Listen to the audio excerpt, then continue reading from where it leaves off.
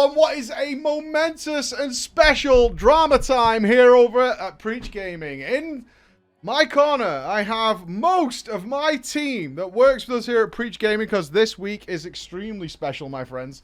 Extremely special. We are on day 5. You heard that right. I have been live on Twitch since 9:30 a.m. on Monday morning. It is currently 5 p.m. on a Friday.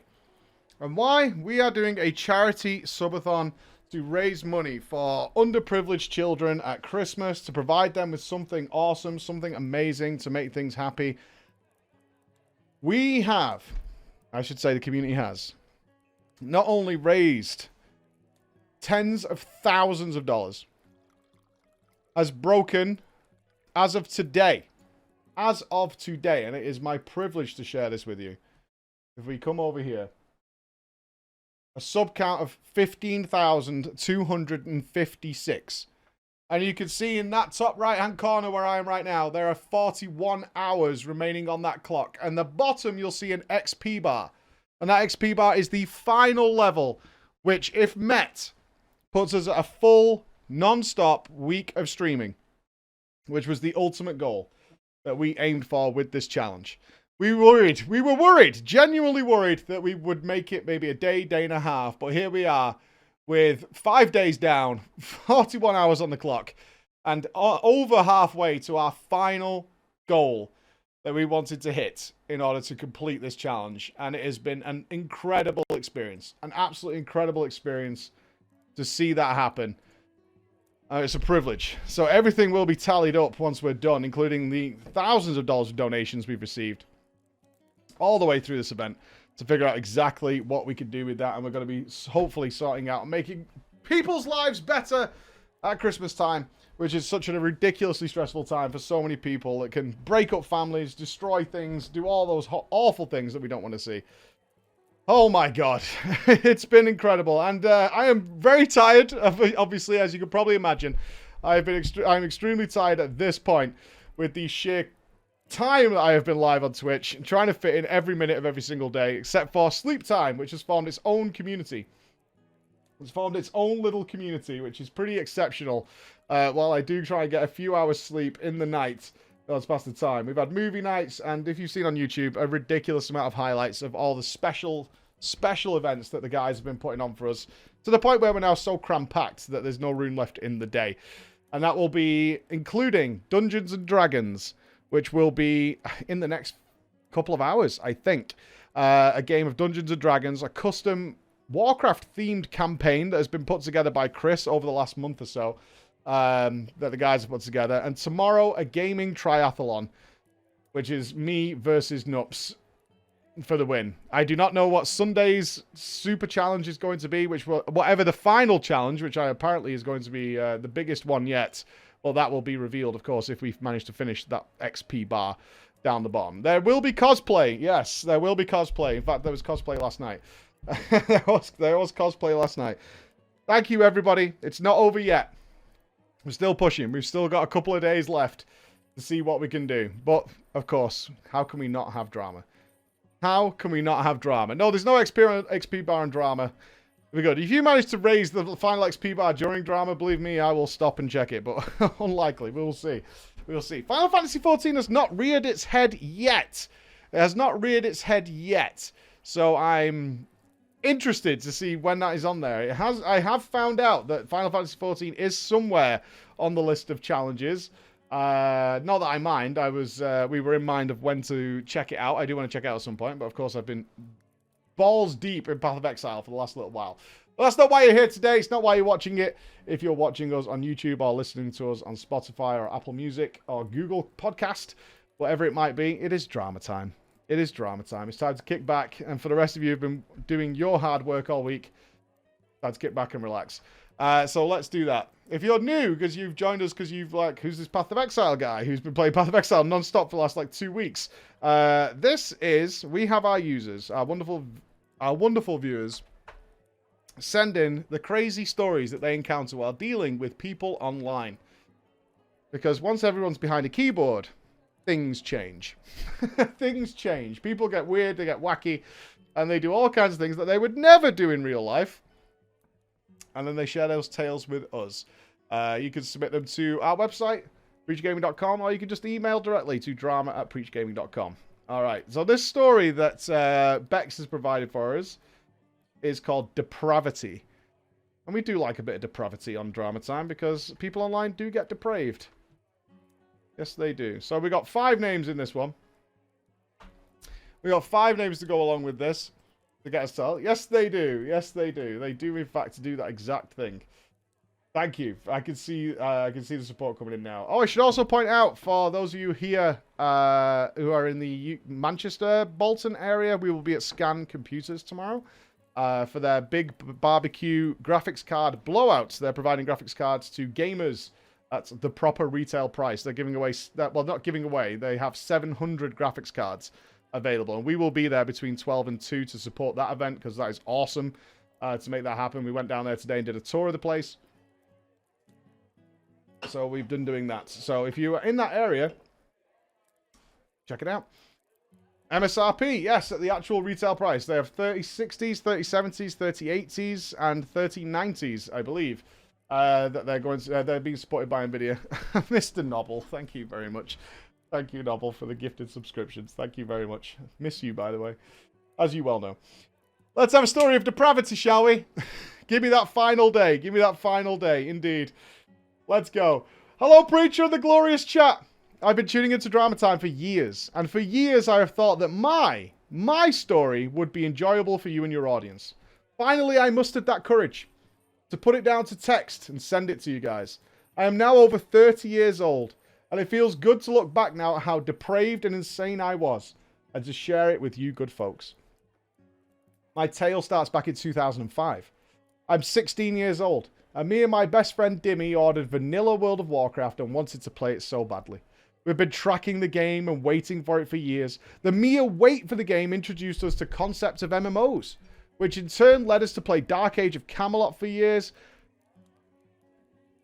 I do have to pause. We just received a donation of £750.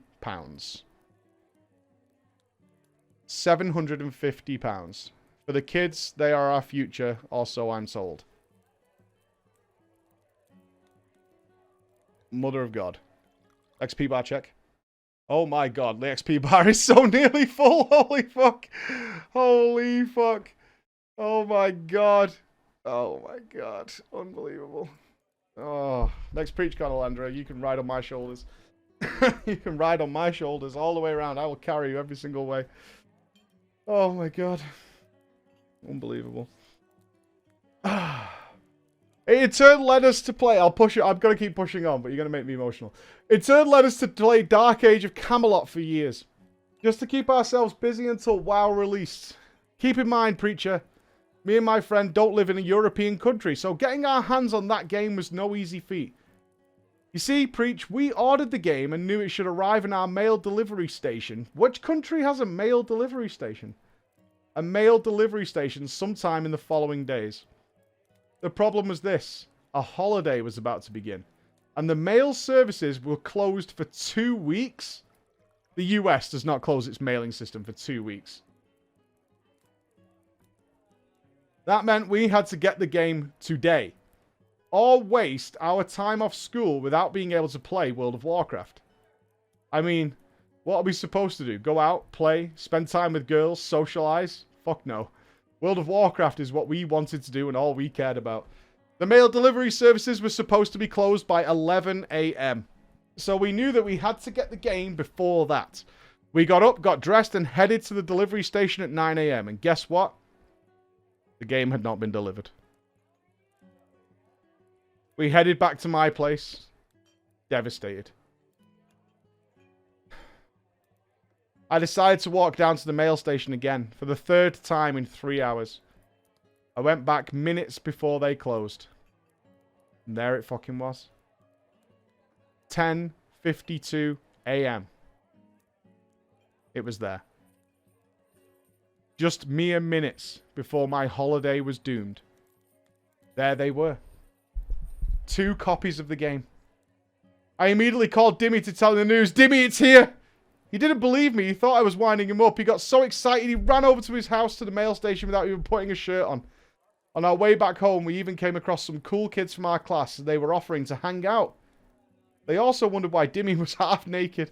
I remember them not understanding why we didn't give a shit about hanging out with the cool kids and just wanted to go home and play video games. When we got home, we installed, and thus began the insane tale. I made myself a human warrior, Dimmy a warlock. We had so much fun that we must have played for over 12 hours a day for the entirety of our 2 weeks' time off school. We even made a guild. I was the GM. We had a good time and our guild slowly grew. Over time, Dimmy's friend John started to play. When John joined in too, even my dad joined in the game. I was surrounded in game by people that I knew IRL. And the thought of this makes me wonder even more. How is it that I was able to pull all of this shit off without them realizing what I was up to? Soon you will see what I mean though. We played like this for months. I remember my school finals were coming up. I didn't care. I failed all of my exams so I could focus on World of Warcraft. Please don't do that. Please, I beg, don't do that. I swear that was all I did. And when I had days off school, all I did was get out of bed, turn on my computer, brush my teeth while it booted up, and play WoW all day. What a terrible way to live. Speaking of my week, what an awful way to live. Dimmy fell into the trap too. Oh, my dad. My dad fell into the trap too. Maybe addiction runs in the family. You see, Dad was a professional athlete and he actually started ditching his training so that he could play World of Warcraft as well. During our leveling, we met a night elf priest called Catherine. She even joined our guild. Catherine was super cute, my friends.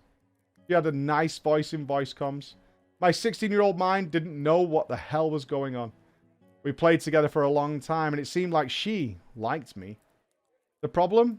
Catherine was nearly 30. It's insane for me to think that she would be in her mid-40s by now. At any rate, she was clearly into me though, although my 16-year-old self had a hard time realizing this at first. She asked me how old I was. Now I ask you guys, put yourself in my shoes. I'm 16 years old, and there's a cougar on the prowl. What do you say? For me, she was my girl of my dreams. I could not tell her that I was half her age. I just couldn't. And so my first lie was born. I told Catherine that I was 24. She liked that. And we started getting closer and closer. I still remember that she thought it would be cute if our characters would sleep next to each other at night.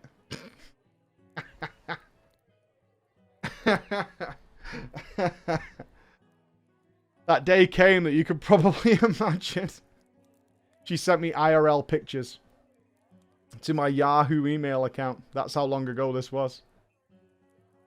I remember getting these pictures and being, well, and this might be a twist. Because I was absolutely 100% legit horrified. I assumed she would look a bit like her night elf character. You were 16 and you thought she would look like an elf? What country is this? You're 16 and you assumed that she would look like her WoW character? That was your thought process here? I felt so betrayed that she had made a character that didn't look like her IRL, I immediately stopped talking to her. Can you imagine how this woman felt? She sent IRL pics, immediately stops talking to her. What's the... you know she doesn't think, oh, it's because I don't look like a night elf, right? Immediately like, nope, not talking to you. Yeah. She's no way gonna... I'm 24 and I assumed you would look like a night elf. Okay, that sounds very believable. When I look back now, I do want to tell you guys, it was a dick move. She got insulted and asked me, did you grow distant because of my pictures? Do you not like the way I look?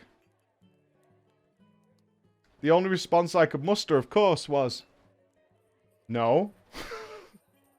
We have never spoken since. Oh my god. And thus ends the romantic tale. When I got close to level 60, I was leveling in Western Plaguelands. And there I have met a female dwarf hunter named Yumi. Now, Preacher, the thing about dwarf female characters is that you can almost definitely tell they are girls IRL. Because no dude in his right mind who is trying to attract a guy would choose to stare at a dwarf's ass for the entirety of his playtime. Big brain, you see. Or at least that was my logic back then. Only guys or ugly women would make pretty characters. Good-looking women would definitely only play dwarf females.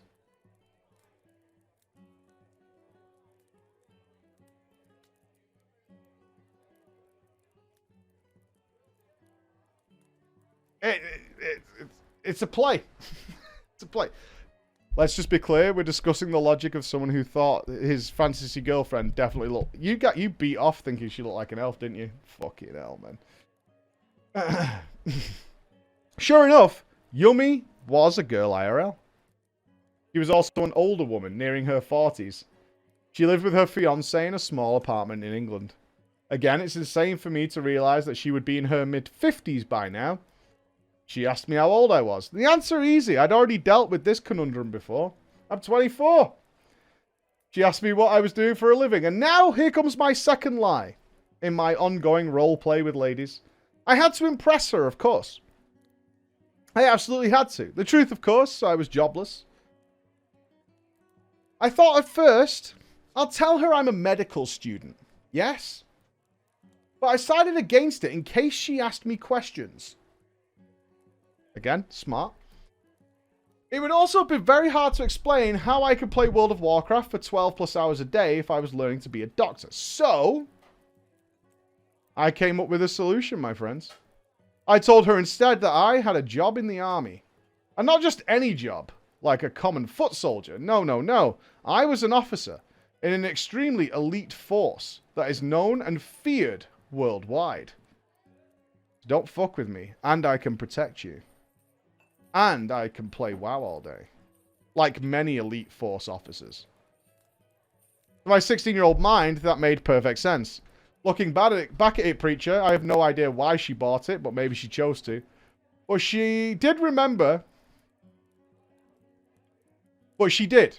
And I remember she once took me to Scholomance. She said that I could tank. I had no idea what that even was. I kept losing aggro and had no idea what I was supposed to do.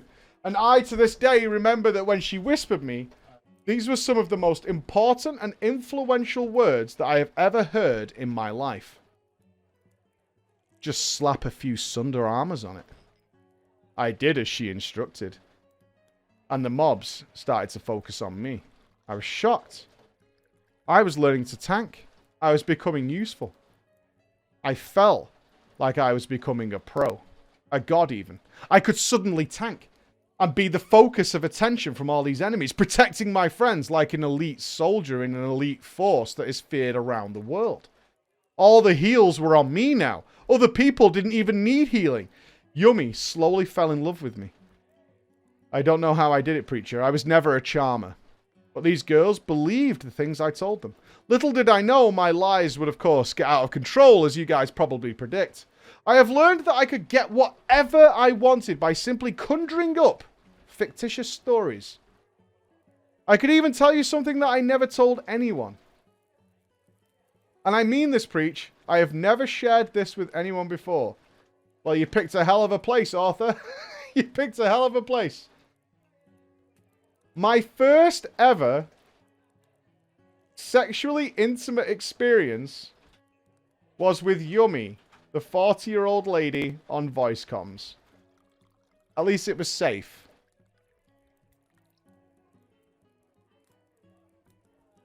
You jacked off over voice comms? I mean, this is pre-webcam days, right? This is pre-webcam days. I have never spoken to a girl like this before. I don't know where her fiancé was during that conversation, but I hope he wasn't around. Oh, he was there. Oh, he was there. I'm fucking telling you, you know why? Because I was fucking there with him. That's right. Double Dutch rudder, mate. You got honey trapped. Honey trapped. She made some very particular voices. I wonder what Yumi would have thought if she knew that I was 16 years old, a 16-year-old boy in his mum's house, and not a 24-year-old super elite space marine officer who is playing from his base. After that conversation, she sent me some pics. And let me tell you, Preacher, also not a night elf, but better than a dwarf, I considered it a win. Nice. Time went on and Yumi became an officer in one of the best guilds on the server. She offered to get me into the raid team. At the time, I had no clue about raiding, but it sounded cool. I left the guild that I created and joined her. She got me into the Molten Core. Even though my gear was almost all green, I remember I was so undergeared that the healers were complaining about why the fuck I was there. And calling me something like unhealable and tank trash. I was immune to criticism, however, since Yumi was, in practice, the most powerful person in the guild. I was, in a weird sense, her sugar baby. Slowly but surely, we progressed in MC. I remember seeing amazing warrior items drop. I wanted to take it. I had the DKP. But for some strange reason, every time a piece of warrior gear dropped, there was an automatic response. I passed for main tank. I didn't know what it meant, but I knew then and there that I wanted to be the main tank so that people would pass gear to me. I wanted people to appreciate what I was doing. As we progressed the raid until Golemag, I even was allowed to tank one of the dogs. Wow. Hey, hey, hey! I felt so accomplished. Even though all I did was press Sunder Armor. And trust me, I felt like a god that day. I was even assigned my own healer. Wow. Oh, shit. Chris, this guy got his own healer. Pocket healer? A pocket healer while he was tanking. How cool is that? That's pretty cool. That's pretty big, dude. Pretty big. The tier 1 shoulders dropped that day. When I saw them, my jaw dropped. My current shoulders were a green item that must have dropped while I was leveling. They were giant and spiky. I had to have them. The main tank put his starting DKP bid on that item. All the other warriors typed their message, I pass for the main tank. But they were really good shoulders. So I bid every single bit of DKP that I had.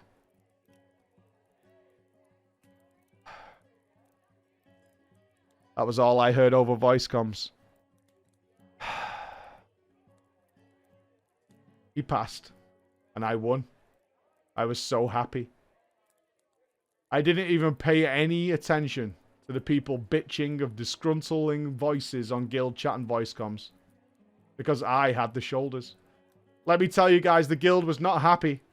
Little did I know that this event would be one of the most impactful things to have happened in my life. You see, chat, winning this bid made me the only warrior on the server that had the shoulders. I don't know how many of you remember, but the might shoulders were fucking crisp. Immediately after the raid, I was called by the officers for a private conversation about etiquette. They explained to me what happened today is against common raid courtesy. And it was unacceptable. And how in order to progress, there is a common trust amongst the warriors that gear's first drop should be passed to the main tank. Shockingly, even Yumi scolded me. I was heartbroken. They were my points. I'd earned them. I felt unwanted and betrayed. I left the guild the morning after. And my affair, my tryst with Yumi was over. But more importantly though, I had the might shoulders. For the following days, I had done nothing but stand in Ironforge, showing my shoulders. Everyone who passed by me stopped. They were inspecting me. They wanted to look at my shoulders. I was the only warrior with them. People were wondering, how could it be that there was a guildless warrior with might shoulders and green items? But no one gave a fuck. As I was so goddamn cool, they would respect my authority. Of course, I seized the chance to make up more lies. My story was that I'm kind of a mercenary. A main tank for hire, if you will. According to the tale I had to weave to not come across as somebody who was so stupid as to get kicked from a guild that was taking care of me like a baby, it was because I was such a good tank that guilds begged me to main tank for them. And in exchange, I would take an item that I deemed worthy. They would give me parts of other loot so I could sell it to them, etc., etc. It was the only explanation people could buy because I had the might shoulders. They were equipped. They had to have come from somewhere, and nobody was selling these things. The weird thing was, though, guilds actually started offering me, asking me if I would tank their Molten Core runs. Because their tanks weren't very good. So I started accepting. Within weeks, motherfucker, I was one of the best goddamn geared tanks and one of the richest warriors on the server. All the while, I had no guild. My name was starting to travel in circles on the server. I was becoming a bit of a legend. More and more people wondered how could it be that I was getting this gear. And let me tell you, chat, and I know you've got to call bullshit, but I was there. I was slowly buying my own story. And I find this the most shameful of all. I started to believe the hype. I honestly started to believe that I was the best tank on the server. I told everyone how I cleared Molten Core, I cleared Blackwing Lair on the beta with the best guild in the world because they needed me. And they asked me to raid lead for them. The more I lied, the more people asked me to join them and tank for them. And lead them in their raids. I was losing control of my ego. I was 17 by then, but no kid that age should be given such power. All of this was nothing compared with as to what was to come. See, Preacher, my ego had by that time grown so big that I decided I would make my own guild. My guild had the exact same name as my character name. Oh no, you fucking douche.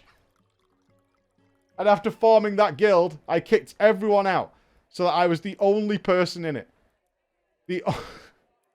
And this enhanced my legend as the best geared warrior on the server who was alone in his own guild named after himself.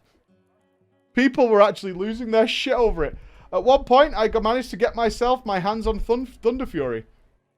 I was one of the only people on the server that had it, although more was starting to crop up. And I didn't even have a guild. And people fucking hated it. They hated it. They were losing their shit. And so was I. With my status in game, I had completely forgotten what a loser I was in actual real life. It's fine as long as I don't look to my left or to my right. As long as we stay entirely fixated within this area of the world, we're fine. We're totally fine. Just don't circle, don't turn the chair, we're good. But none of that mattered, as you can imagine. Because with the status, with the story, with the legend, came some girls. I was approached by a girl called Ark, who was grinding the battlegrounds at the time with the goal of becoming a Grand Marshal. I ran a BG with her once, and she was, of course, interested in sharing the group with me after all. Before that, all she had heard of was the legends of me. We had a chat after that battleground, and we continued speaking. She was in her mid-30s and had a young kid who she had to drive here and there. She complained that it was ruining her chances of becoming Grand Marshal. I look back now thinking, what a mom. Yeah, fucking kids, man. Ruining the Grand Marshal grind? Bastards. Bastards. But you see, Preacher, and dear chat, Ark was not only a magnificent mother, she was also the most perverted woman I've met in my life. And to this day, I have no clue how fate has set me up with her. Today, I already have over 30 years of life experience under my belt. Yet nothing that I have ever seen compares to how weird and batshit crazy that lady was. But she quickly fell in love with the image of the best tank on the server, who was, of course, an IRL 24-year-old extreme elite officer in the best commando force in the world. With a Thunder Fury.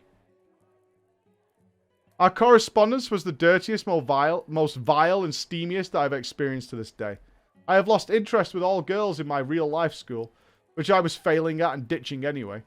All I cared about was my hyper-successful World of Warcraft career. I was buying so much into my own hype. I was buying my own fake hype so much by then that I started hitting on pretty much every confirmed IRL girl on the server. All that was while I was still, of course, in a weird relationship with Ark. At the time, I thought everyone was super into me, but looking back at it, I was definitely a massive dick. As Vanilla was coming to a close, my legend had become cemented. I had raided all content from Molten Core to Blackwing Lair to AQ40 and some knacks. I had gear from all those places. I was absolutely certain that I was the absolute fucking shit. But alas, I was also a nerd who spent every waking hour playing World of Warcraft. I had no life skills, no knowledge, no job. At one point, I became so detached from reality that I remember trying to convince a girl that part of our training in the super elite force that I was in was learning to dodge bullets. Fucking hell. No. It's the way you do it. It's the way you do it. Yeah? It's the way... No, it's the way you do it. Like, I know it's... Look, for the average person, it's not possible. Okay? I get why people find it weird. But for the average person, yeah, it's not even possible. But what you gotta do is you gotta, like, see the angle of the gun, and you calculate the trajectory of the barrel, and then you can figure out where the bullets are going. So it's a little bit hard when they're spraying with, like, a machine gun. So you have to kind of... You have to give it some of this. All the while, you're constantly doing the math in your head, and it makes it, like, really easy. It's really easy. She didn't buy it. I thought she was a bitch for not believing my story. Really. I could dodge bullets, Chris. Don't believe me, you bitch. Yeah, he's all over it. When the Burning Crusade launched, I couldn't be asked to maintain my glory. I quit for a while. I've tried getting back into the game at several points during the Burning Crusade, Wrath, Kata, Mop, Ward, and Legion, but it was never the same.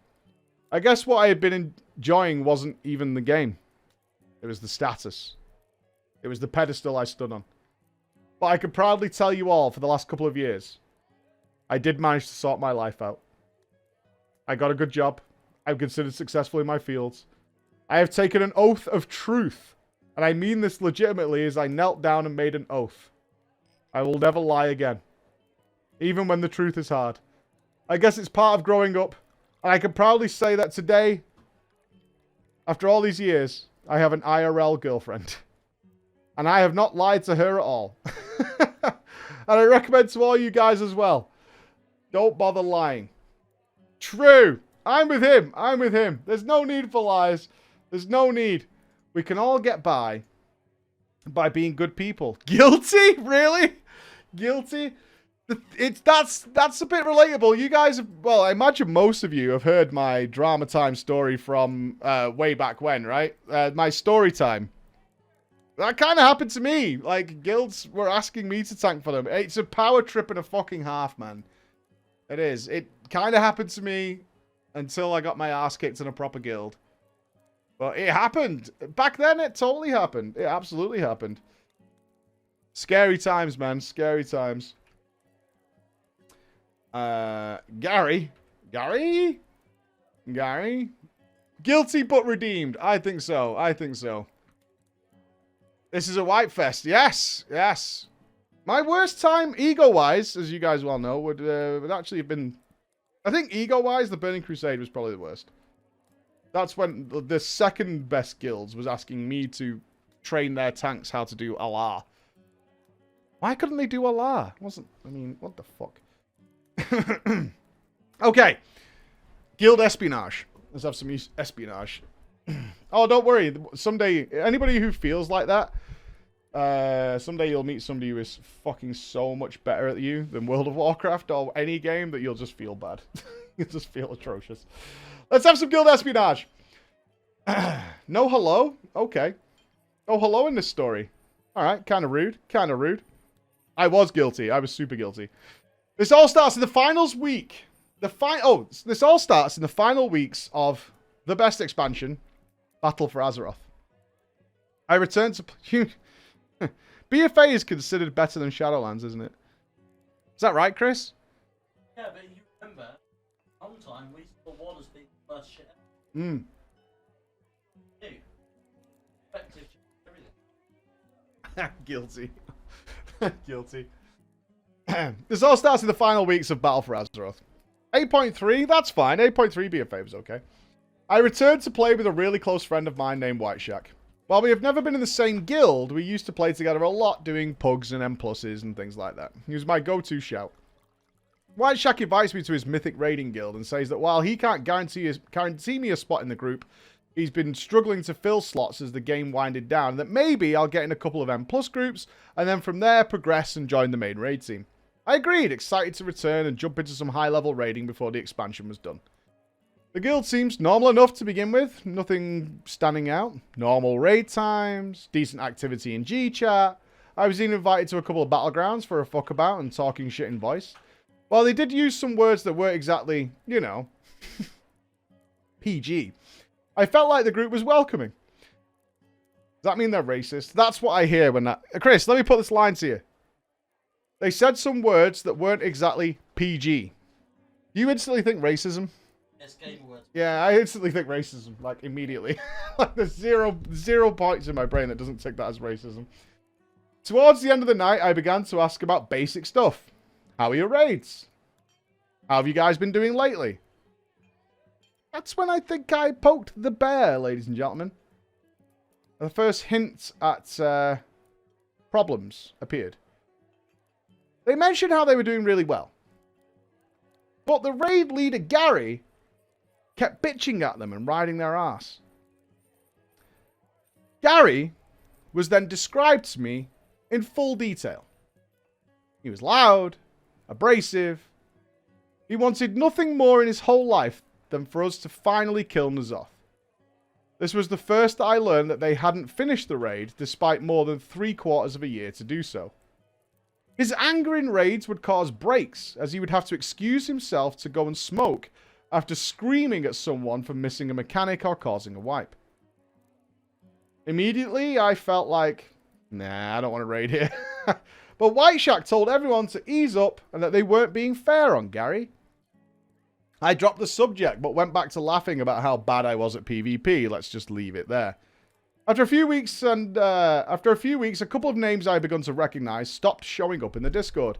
I messaged one of them in-game asking if he wanted to do some dungeons, and was immediately brought into a different Discord server with almost everyone from the BG group. The server name was No Garys. I like the play on The Simpsons. The ancient mystical art of no homers. Welcome to the Discord server, No Garys. I joke with them about how this is always a sign of a great guild. Yeah, can you imagine being a new member? Nevertheless, I did my dungeons and thought no more of it. Everyone needs a space where they could talk shit about the boss. Is that true? Do you guys have a private Discord server from our work one? No, never mind. Everyone needs a space where they could talk shit about the boss. So why can't they? Bex, I ain't even lying. Jesus Christ. No Preach. It's called the No Preach Discord. Pre-patch was only 2 weeks away now, and I geared mainly through Mythic Plus and Pug groups, because that's what I had access to, right, guys? My essences and cape weren't, you know, perfect, but I didn't really matter to me. I was just excited for all the changes. But when I logged on, I had a notification saying that my trial was beginning that very night. I got excited. I finally was going to be with the big boys, join the Mythic Raid. White Shack told me that he was skipping tonight to see some friends, but that we'd be in the Discord for the first little bit to watch how it was going. I bought my consumables, hopped on for 7:30 PM sharp, and was broadcasting my screen through Discord so that White Shack could watch. This was my first mistake. I noticed Gary joined in to watch my gameplay. Before I had even pulled. Before I had even done anything. Nobody uses shift or control for key bindings. Why are you using that bar mod? That one's not very good, mate. Why are you using bigwigs? We use DBM. I laughed it off, assuming he was just ribbing the new guy. But no. No, he wasn't. He stopped the raid until I swapped some add-ons that he deemed necessary. Sure, if it's the guild rule. Fine. I reset World of Warcraft. I conveniently forgot to start streaming again. I think I just won't stream this again. I gave it a couple of minutes and said, done, ready, let's go. We pull Rathion and the fight is going well. White Shek has sent me a quick rundown on how the guild did the fight, but it's nothing out of the ordinary, nothing you can't find on a Fat Boss TV guide. Until I used my gateway after the lava pools, immediately Gary has issue with the gateway. Normally he is the guild's gateway caster. I tilt my head and sort of apologize, and we down the boss with no further issue. I didn't pass very high, or out DPS more than 1 or 2 people, but I didn't die or get anyone else killed. I'm removed from the raid. You close that door for us, Chris? Turns out that the No Gary's Discord is not just a pretty face. Gary is as tyrannical as I'd been led to believe. Well, I don't remember the whole speech he gave. It boiled down to me using different strategies without asking first, including placing unnecessary gateways. I pointed out that it was the same strat, and that I didn't think it was a big deal whether there was 1 gateway leading to the same place, or 2 leading to the same place. Well, he said it was a big deal, and that's not how we do things around here, and that I should sit out for the remainder of the day. I just left the channel and the guild straight away. I got a ping later on from Gary. He apologizes to me. He said he admits he got angry about something pretty trivial. And can I come back for a second night to trial again with them? I say yes, because I want to play with my boy White Shack, right? But I can't. Unfortunately, I'm unable to, as the night arrived and I lose a family member to COVID. Oh, dude. Thoughts and prayers with you, my man. I messaged the guild leader as Gary is not online and said I can't attend for a couple of weeks. I have to travel back home and help my family. Obviously, he has no issue with this and tells me that I'm not going to lose my spot over something like that, obviously. So this brings us to the Shadowlands launch week. I'm back in my own. COVID in BFA? I assume you just typed COVID, but it's not. COVID wasn't in BFA. Was it? Was, right? How long have we had this COVID shit going on now? Like, fucking forever? Like, if it Was it really in BFA? November 20. Fuck me, it's been a long time. Yeah. Hasn't it? I mean, it's like a couple. Wow. November. Oh, it totally was, because COVID started while I was casting the Race to World first. Yeah. Because one of the casters refused to come because they said there's some... one of the Swedish casters said, I'm not coming because there's some weird illness going around, and apparently it's the airports are a bad place. It was BFA. Wasn't that the one where Sven turned up in a hazmat? Yeah. F-Span turned up in a hazmat suit. That's right. Yeah, it was the start of COVID. Holy fuck. No, wait, that really brings home how long it's been dealing with that. Right. That is mental. Holy fuck. That is mental. Yeah, do you remember when S-Fan was walking through Germany in that big hazmat suit? Crazy. I can't believe it's been that long. That's mental. So this brings us to Shadowlands launch week. I'm back in my own home after spending time away and returning to lots of playful messages about being a slacker, and I've had my Discord nickname changed to White Shack's imaginary friend. It was exactly what I needed. I needed some fun. I joined voice chat and immediately started receiving and throwing insults as if I had known these guys my entire life. It's always the way with old gamer friends, isn't it? Everything was wonderful. That week, we were all told that there will be groups posted in Discord and that we're all expected to finish every Mythic 0 dungeon before reset. Perfect. That sounds awesome. I know some of the names in my group from chat and the others were sure to be no trouble. I leveled to 58 on the first night and went to bed excited for the first Friday of a brand new expansion, where I would get some nice purples and maybe even some nice patterns. I ding level 60 and craft myself a full set of 151 gear. I think that's best I don't burn out. I message my dungeon group and say I'll be leveling a rogue for PvP, but ping me if anyone needs me. Thursday now, my rogue has hit level cap, so I pinged the Discord to ask if anyone wants to run some BGs. One of the officers responds, and soon we have a little group enjoying losing again in PvP. This is until the officer asks me who my group is for Friday. I go into the spreadsheet and find my name replaced. I'm confused, but think it's a mistake. I messaged Gary if my group was changed on purpose, and I'm told that it's due to not meeting the required item levels for Mythic 0.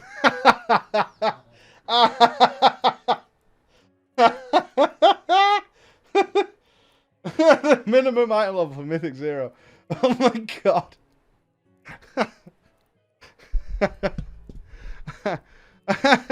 I respond the natural way. What? And he mentions that he has added a list of prerequisites in the Discord. In a channel trials can't see. He does not like it when I point out that how could I have known there were prerequisites if you post it in the members only channel? There's a members only Discord channel? What a fucking piss drinker. The only phrase I can think of. What a piss drinker. I am just told to make do and maybe ask members sometimes if there's anything you need to know about, like a good trial. Fucking kill me, bro. Oh my god, put a fucking bullet in my head. I talked to the other officer and he gives me access to the channel instead of waiting for the trial to pass. The requirements, though, are fucking wacky. In order to join the official guild M0 groups, you need 165 item level. I can't remember how relative that is. What did M0 drop? Oh, I can't remember. Does anybody know what M0 dropped at the start of the expansion? 184. Was 165 hard to get? 184? Is that now or at the start? They changed the levels, I think, don't they? 184? You need to be 165 minimum. You need to be fully enchanted or you're not allowed to be in the minimum group spots. Heroic was 171. I mean, 165 doesn't seem hard, right? I can't remember. I'd have to check the VODs of day one. See what we were. So you need to be 165 minimum, fully enchanted and gemmed, or you lose your spot. Alongside this, it was requested that you provide screenshots of your consumables to show you are prepared. I laughed about how ridiculous this was. But surprisingly, the other officer said, it works. It gets results, and we have smooth runs. I point out... This is fucking genius, by the way. Are you ready for this, Chris? This is fucking genius. I laughed about these requirements, and the other officer said, it works, and it gets results. I point out, you couldn't even kill Nazoth. Did you ask for screenshots, I ask?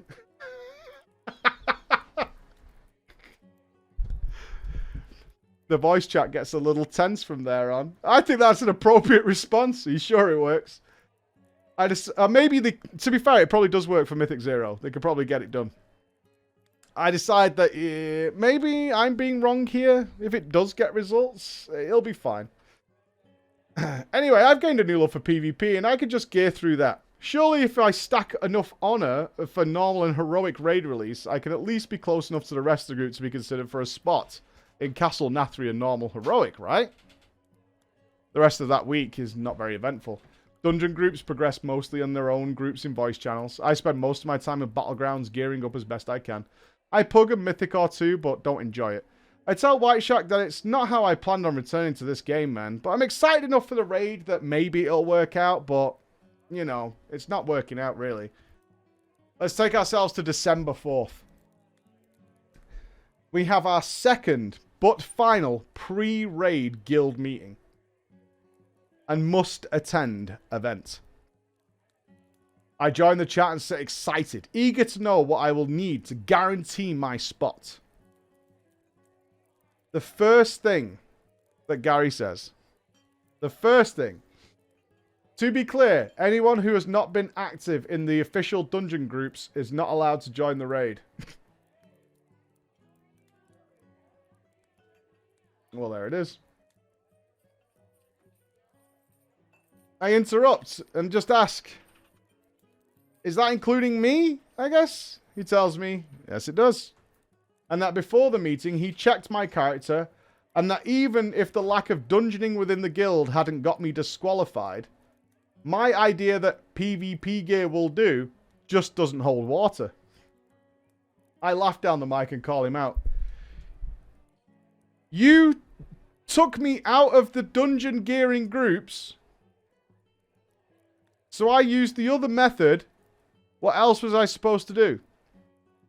I am told that that was my problem, and that the issue could be resolved afterwards, and that if I want to talk to him in a guild master capacity, we should do it in private and not during an official guild meeting. I tell him it's fine, this is not my type of guild, and leave the guild for now the second time. Disappointed that I now had to look for a brand new guild with such short notice, I am called into the Click Discord server where I am told that the meeting went horribly. For the first week of normal, the team is required to have fully enchanted and gemmed their gear. I point out how stupid that is, as they're replacing literally everything and not everyone has the gold for that. I mean, I disagree with that. Who the fuck's going to the first raid not fully spec'd? Get your shit together. Yeah? Get your shit together. As if you're walking around with unenchanted, ungeared gems in the first raid. Better fucking sort that shit out. I'm then told that augment runes are mandatory. For normal. Okay, that's too far. Oh, that's too far. That's too far. This caused an argument in the meeting where multiple people complained that Gary accused them of not being committed to the guild progress enough. The No Gary Discord had since been renamed to the Schism Cord, and they have all left the guild as well. White Shack asked me if I'd come back as they now have a 100% spot for me on their main roster. Just to let you know, there's definitely spots now because everyone else left. I told her I'm just going to roll a tank and pug because it's so much easier. I'd rather subject myself to the luck of the draw in pugs than ever raid lead, than ever be in that guild again. What I want to ask you, Preacher. Oh, you're looking for our opinion. Okay, the author's looking for our opinion. What I want to ask Preacher in the chat. Did I cause my friend's guild to collapse? To me, it seemed like it was one bad tier away from dying by itself, and that Gary Buttinghead's invoice seemed to be the catalyst this group needed to leave. I feel bad that I may have stopped my friends from enjoying the game and enjoying the raids, but that seemed more like a hostage situation than a guild. Thank you for all your time. I call myself guildless and chilling. Not guilty, but your guild is guilty. That guy should be out. Why are you guys putting up with all these frigging maniacs? That's what I don't understand. I don't understand. Yeah, just leave, or just kick him, or just tell him to fucking get lost. Like, we're all having a good time. I imagine, actually, like, genuinely, I imagine absolutely nobody else wanted to take up the mantle of being the guildmaster. Right? That's the problem. That's the problem there. People want to do that. Indeed. Well, we've got, that's signals. Oh, we can do one more. Let's do all. Bex, which one? Choose one more, Bex. I've got 5 stories in front of me. Choose one for me.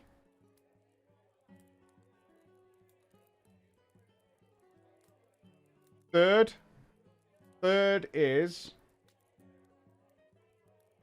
My Stupid Trial. Okay. My Stupid Trial. Let's try this. Yeah, that one? Okay. Alright, let's go with this one. It has pictures. It has pictures? Okay. We got pictures, guys. My Stupid Trial.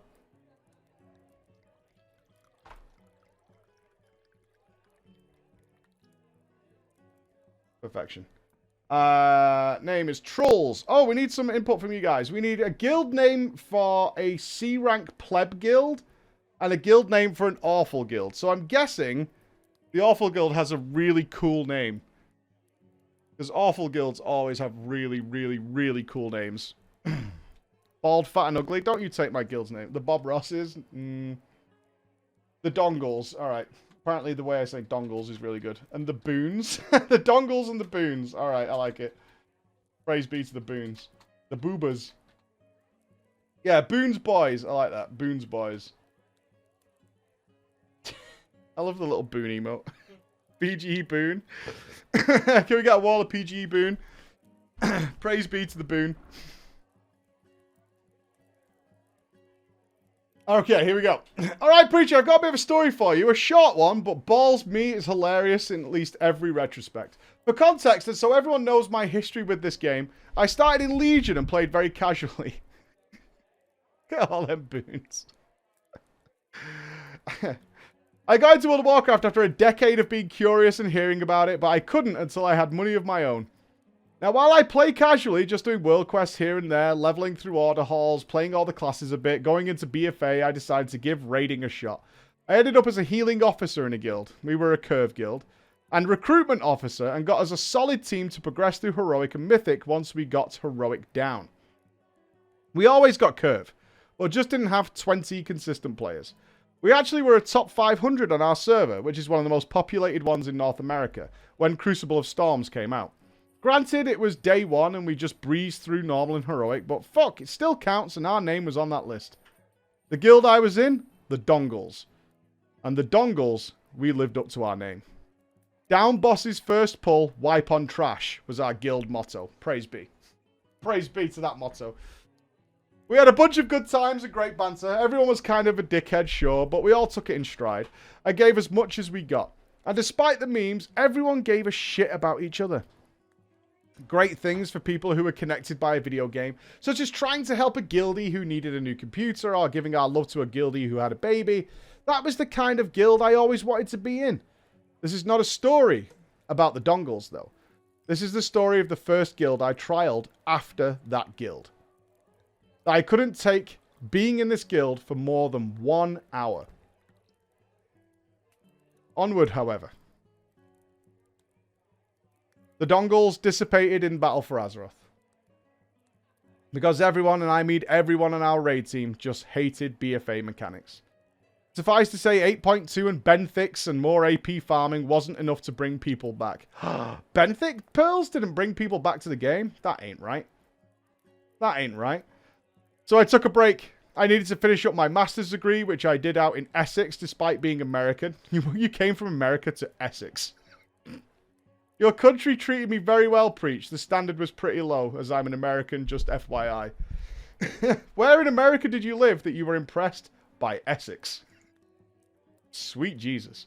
But we all agreed we'd do whatever we could for Shadowlands to get back together. Sadly, we were unable to get the band back together for the Shadowlands, though, as you could probably guess. Work and other commitments put a majority of our schedules out of sync. 2 weeks ago, we put the final nail in the coffin. We all went our separate ways to find a brand new team, but promised to do some keys on our alts in the Dongles at a scheduled time. If we can't have full cake, we thought, we could at least have some pie every now and again. And so brings my first trial in a guild in about 2 or 3 years. I hopped into a guild team that was 3 out of 10 heroic, wanting to progress on the bosses. I didn't want to show up more than halfway through the raid if possible. Before the chat says this was a mistake, I'll do it for them. This was a giant mistake. I should have just taken a few other better trial opportunities. I see the point. Joining a guild that's on farm for bosses you haven't done is not fun. So, enter the Boone's Boys. They were looking for healers, so I applied. And they said they'd love to have more healers showing up consistently. To come and trial, I mainly talked with a Demon Hunter tank named Trolls. He was a nice guy from the quick chat I had with him, asking me my raiding history. I told him the shit I said earlier to you guys. He said he'd love to have a healing officer around. He wanted to use my experience. Huh. This was a strange conversation before I'd even joined the guild. In raid, I mainly just told my raid leader, hey, here's where we need cooldowns. This is the heal team we have. This is what we do best. I'd sometimes call for cooldowns if it was a hectic fight, just to remind people. My only requirement was to hit 195 item level. I had about a week and was 186. I had been stuck behind because I was stuck working mad hours in a local theatre, a performance theatre, not movie, helping them get through COVID and content creation in the holidays as I work in entertainment. He offered to help gear me then, but immediately went offline. Weird. I said fuck it and grinded that gear out. I did what I could in my free time, but could only get to 193. I let the raid leader, a shaman healer, know that I was 193 when he asked. He said, that's fine. That's fine. And I was ready. Off to the races. Ready to raid and ready to trial. An hour before raid, while eating and finishing an episode of The Mandalorian, I saw them all gathering in the Discord. Cool, they gather before the raid for chit-chat. That sounds awesome. Immediately, I log in. I thought, shit, maybe I'm dumb. Maybe I got the time zones wrong. Maybe the raid's starting now. I log in at the same time as a boomkin. They were talking about plans going forward, so I piped up. Hey guys, I'm new. Did you want me to sit on this conversation or what? No response. I messaged Trolls, the Demon Hunter. Hey, do you want me to be in for this, or is this like a members-only thing? Something like that? But he said, of course we want you there. So I joined in and everyone was dead quiet. I always keep myself on push to talk when it's raid time. So I just waited for someone to say something. Apparently Trolls was telling everyone that their previous main tank had just left the game. He didn't like gearing in Shadowlands and he'd given it up. Then everyone got into rambling about the gearing system and how it was mandatory now. Absolutely mandatory that everyone used flasks. I was asked if I carry flasks with me all the time.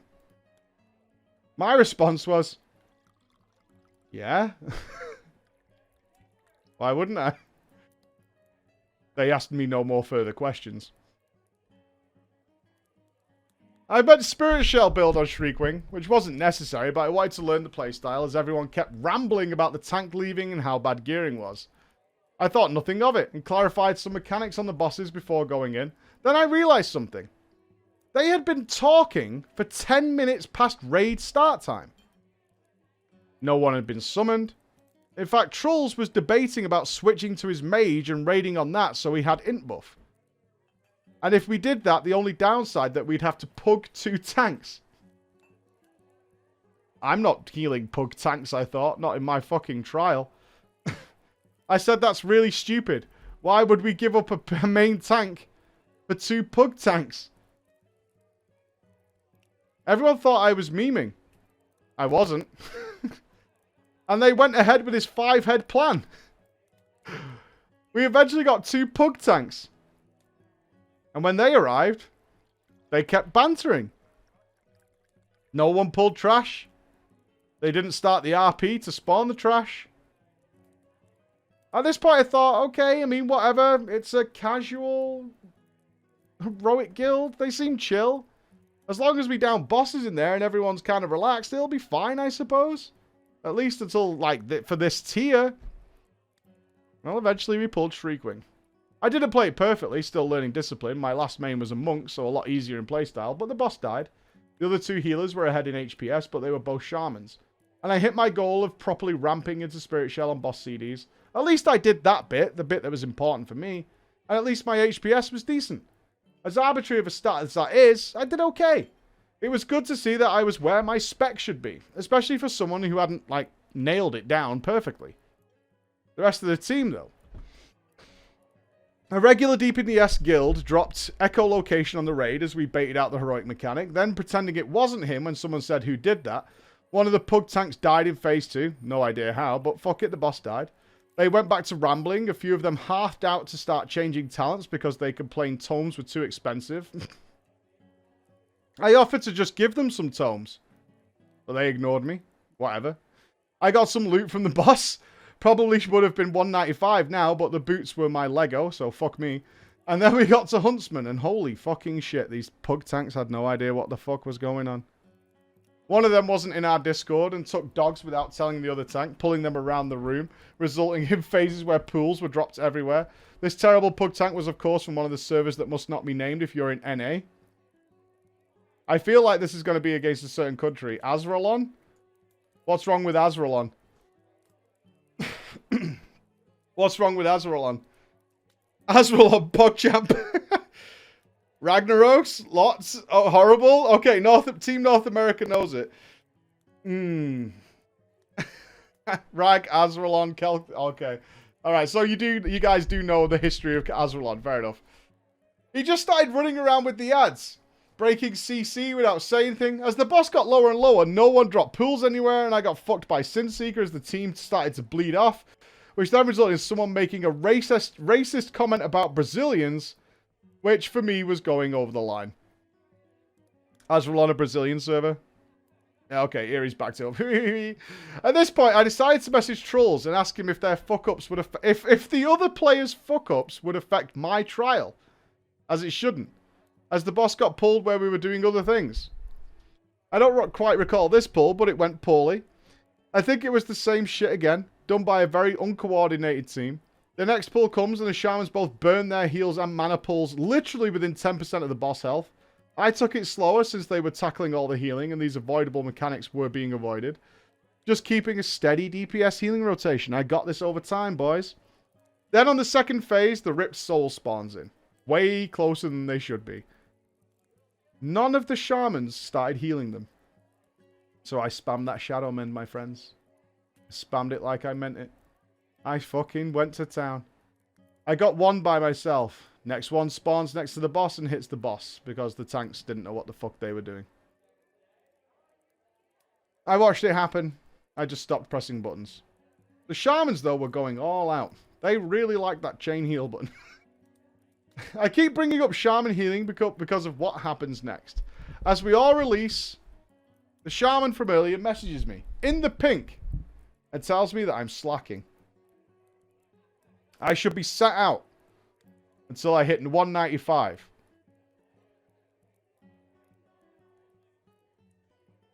And then we'll see. Maybe next week. Now, normally, if the team is worth it, I'd say something like, I wasn't trying to keep up with you guys. Most of the damage was avoidable. You guys cover raw HPS. I keep up atonements for the main mechanics. Or HPS isn't a really good number to evaluate people with. It's kind of cunty, but also true. But you brought me on because you need a healer. So you're suggesting you would rather pug one with more item level than do my trial. Or better yet, the most obvious thing. How are you supposed to out-heal the mechanic if you do it wrong? Or at this point I decided, who gives a shit? These guys fucking suck. So I just said, sure, shall I leave now? As I started channeling my Hearthstone. We're going to sit you out. You're not quite pulling your weight. Fine with me, dude. Peace. Give me the evening out. Finally a smart one. It happened. Praise the purpose. Praise it. It finally happened.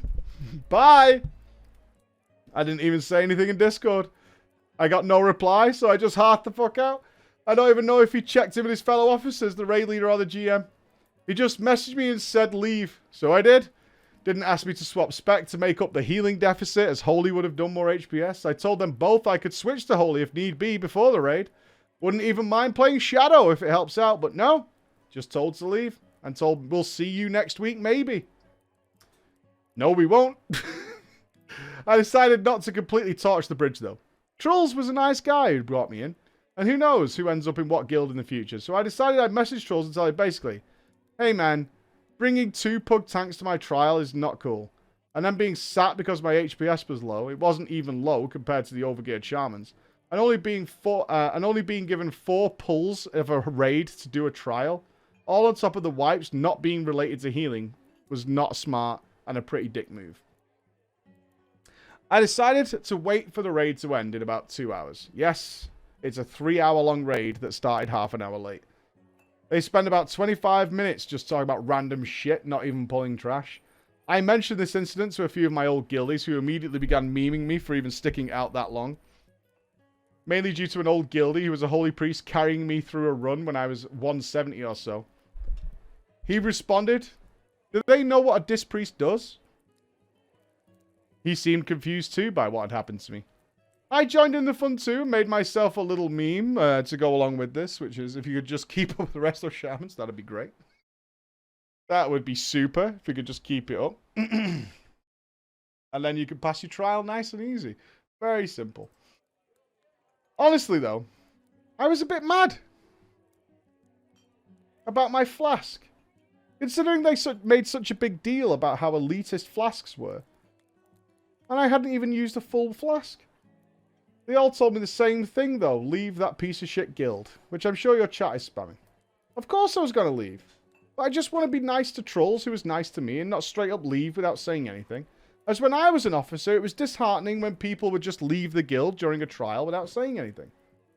I got up, got some water, and I went back to watching The Mandalorian on my other monitor. I was about to hit log out when I see something in guild chat that made me stick around. One of the shamans, who had asked me to leave the raid, was telling the guild about how the guild master had just left the guild and how he was done with everyone's shit. Paraphrased, but that's basically what the conversation was. A little after I left, I checked the guild log. The guild master had in fact left. No way, I thought to myself. My holy priest friend and I was chatting. The holy priest friend I was chatting with told me to stick around. See what's going on. See if they rage and give you the guild and maybe you can yoink the bank. Especially when a hunter from the raid just typed, "Why?" to fucking crickets. No response. I informed my friends and old guildies about this. My Discord started blowing up with memes and messages I poured into the guild. As I peered into their guild's Discord, they were all there. Still in Nathria. Possibly still raiding. Likely talking. I wanted to join the Discord, but said, nah, I'm leaving this guild. Now, Preacher, to make myself giggle and feel better, I told my old guildies and Discord PMs, I caused that. That this guild died for me. I don't think it did, but it made my story better. But then again, I thought about it this way. If I was guildmaster and my main tank left the game, and then one of my officers sat a much-needed healer, trialing because of low HPS on wipes that were fuck-ups of other people, I'd probably leave the guild too. The above realization made the flask worth it. I saw in general an older guild I ran with briefly in Ashara's Eternal Palace was recruiting. I messaged and they were like, "Oh dude, it's you, yeah, come back." These guys were totally chill and a solid group of players. And I was there for their curved Jaina kill. So I said, fuck it. G quit, raiding with them soon. Hopefully the guildmaster doesn't quit. But thank you for reading. And aloha, Preach. Oh, aloha, Hawaii? Did you have a hard ticket to Hawaii? Probably. I think we're pogging in Hawaii. I think we're pogging. That was a cool... I think your GM did leave. Because your GM's like, where's our healer gone? The new trial. I told him to sit out. Why? His HPS was pretty low. What do you mean? We spawned the thing right next to the thing. What? It's not why we wiped. What the hell are you talking about, man? You kicked our healer. Why? I'm leaving. I am so done. I am so done with this guild. Holla ballers and a bro fist to you all. It's here once more. The Friday dream lives within us all. And of course, it must be marked by problems. Problems surfacing from nowhere. Why? Today alone, we set off a fog machine in the office for science. My RAM sticks broke. There they are. Very expensive. They need fixing. And despite my efforts to make life as simple as possible and simply book 2 hotel rooms under 2 names, Chris couldn't check in. And now I need to go to the hotel and sort it out because they're just... It's a fucking pain in the ass, and it shouldn't be, right? You're booking a hotel room. Like, how hard can this be? How hard can this be? I swear to you. And then they put it on me. Why have you booked both rooms under Nups? I haven't. I actually didn't. There's a Nups and a Chunky Ninja, and I typed them names clearly. In fact, I have a screenshot that I sent to the team showing their names were booked separately. Yeah, but you should have booked them under separate names. Are you fucking kidding me? I will strangle you to within an inch of your life if you say to me again that I did this wrong. Because I have screenshots and evidence that I didn't. Okay?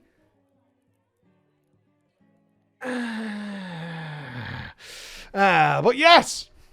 Chris is in the area. Nups is landing on the plane in a few hours. The team is going to be here because on Monday our little charity subathon doth begin.